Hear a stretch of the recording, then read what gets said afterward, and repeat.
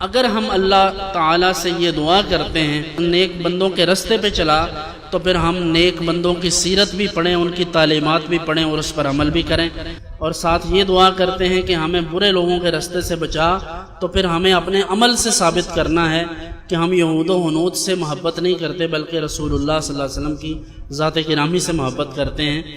یہی دراصل کامیابی کا ایک ذریعہ ہے۔ باقی اب ہماری قوم کا ویسے ہی مزاج ہے، لوگ کسی بھی محفل میں، کسی نئے جلسے میں انٹرٹینمنٹ کے لیے جاتے ہیں کہ چلو کوئی نیا مولوی آیا ہے، نیا پیر آیا ہے تو اس کا تماشا ہی دیکھیں گے۔ اس ساری مصیبت میں ساری قوم گرفتار ہے، اور تربیت اور اصلاح کے لیے کوئی ایک جملہ نہیں بولا جاتا، اور اگر کچھ کہہ بھی دیا جائے تو ہمارے لوگ اس کو لینے کی کوشش ہی نہیں کرتے۔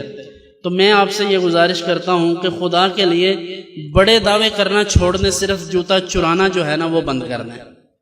مسجد سے جوتا چرانا چھوڑ دیں، لنگر پر جان قربان کرنا چھوڑ دیں۔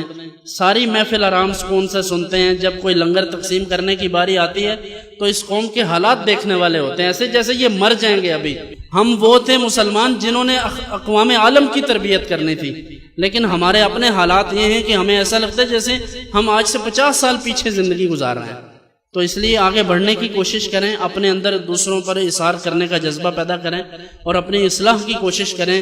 ہر شخص ہر حالت میں قابل اصلاح ہے سوائے انبیاء کرام علیہ السلام کے، کہ وہ ذوات مقدسات ایسی ہیں کہ جنہیں اللہ نے کامل اور مکمل کر کے بھیجا ہے۔